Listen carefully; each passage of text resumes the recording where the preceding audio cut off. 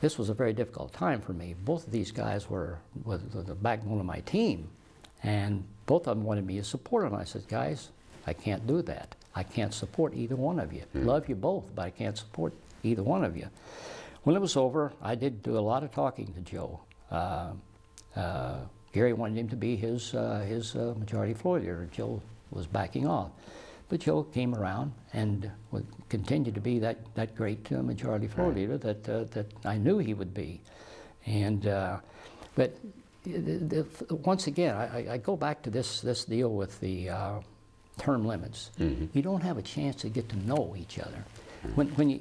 I remember having really tough battles on the floor, and then going out and having dinner with people. Well, that's because you know them, and you respect them. They may differ with you on this one, but you respect them.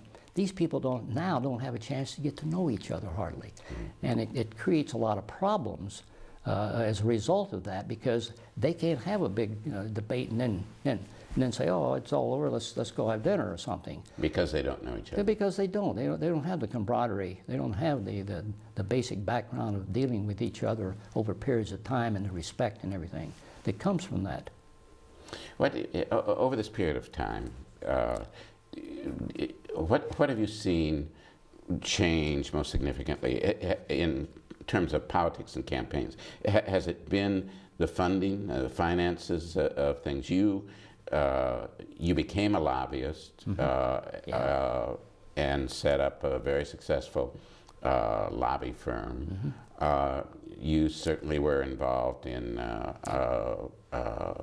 work on issues as well as campaigns and so on. But how has it changed? And the fundraising. Yeah, the fundraising. As well.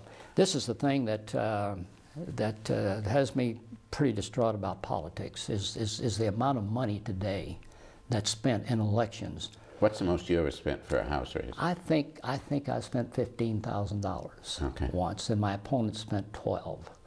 What would that race cost today? Well, I went back about 10, 15 years ago when Rose Bogardus and Sandy Hill was basically my old district, about 3/4 of it. There had been some changes, but it was basically my old district. It was a contentious race. By the time they were over, the money that came from the national, from the state, local, the party, their fundraisers, they had spent between $400,000 and $500,000 in the same race that my opponent and I had spent $27,000. Now, that's what's happened all across politics. The costs have just gone up exponentially, just about. Now then, I remember when the first race for governor spent $1 million. Last time, DeVos spent 50 or 60 million. I think Jennifer Granholm spent 21, 22 million. We're talking $75, $80 million now. Yes. Look, if you run for Congress or if you run for the U.S. Senate, the cost now is almost prohibitive. Yes. That's the one reason that Bob Vanderlaan and I got out of lobbying as quick as we did. Bob had been a Republican Senate leader. He was the Republican Senate leader, and I was the Democratic Speaker of the House, and we went together. It used to just boggle our minds at how fast it was going up in the 6 or 7 years we were there. And that was the thing that we did not like about lobbying, was the money aspect of it, and the cost of how campaigns were increasing so rapidly, right. and the pressure to set up groups, funding groups, and everything. So it's just gotten out of hand at this point. And one of my friends, one of my old buddies down in Missouri, says, you know, you used to just straight out bribe politicians. He says, now you just give them a lot of money for their campaign, and then you go to them and say, I'm not going to give you any next time unless you listen to what I want. so I mean, this is what it's come to. The minute the election's over, you have to start raising funds for the next election. And I've always said, all those funds that's given is not for good government. They expect something from it. And that's the principal thing that I've seen change that affects politics so drastically and so negatively now, I think. But where does that lead you in terms of what kind of reforms? Well, if I had my druthers, I would set up something like this. If you're running for the state senate, you can spend $50,000 or $75,000. Half would come from the checkoff system. The other half would come from campaign donations of $50 or less. The House, maybe you spend $35,000 or whatever. Same system. Same system. You don't have any outside independent committees that can give money. You don't have the party contributing the money. You have a cap that says this is what it is. That's a level playing field. Now, there are several reasons that'll never happen. One reason is, of course, incumbents have the push. They can raise the money.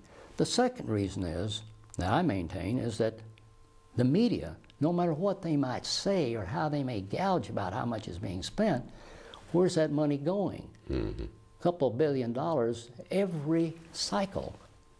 And it's getting more and more all the time, goes into media.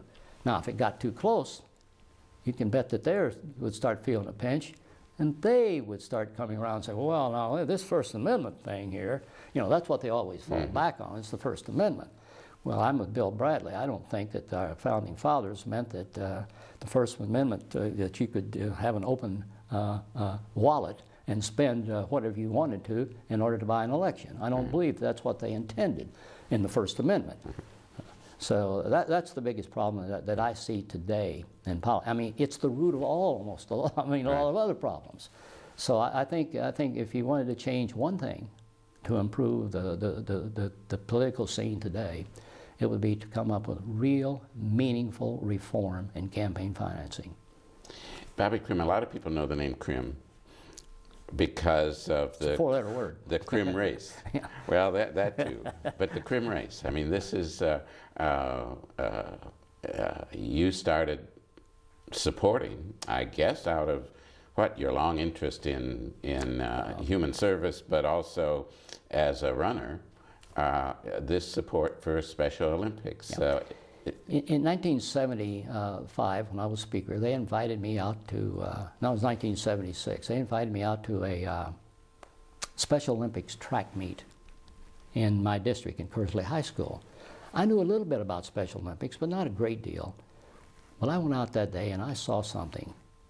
Here was these people, they were intellectually challenged and most of them physically challenged as well.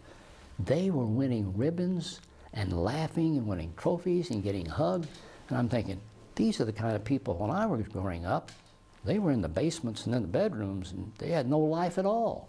Here these people are having fun.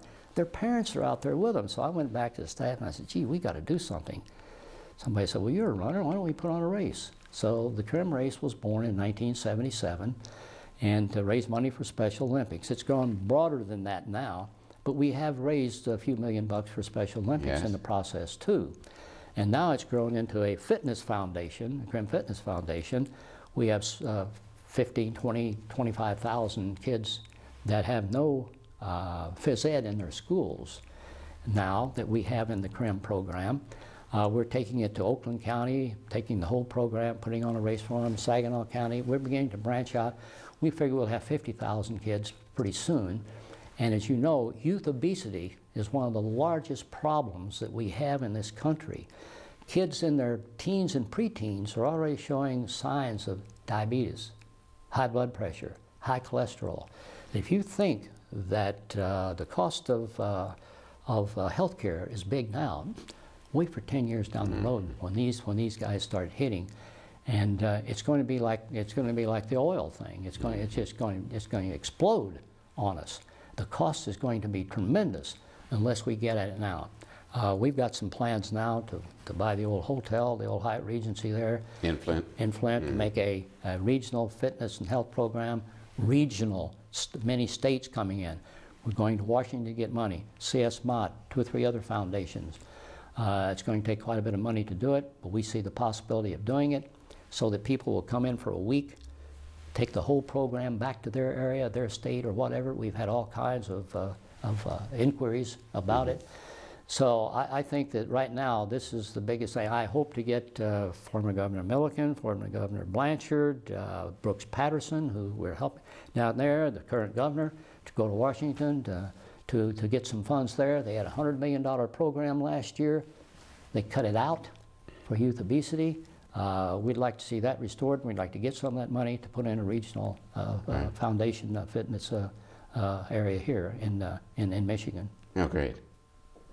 And how fast are you running? I used to run by a stopwatch. Now I run by the calendar.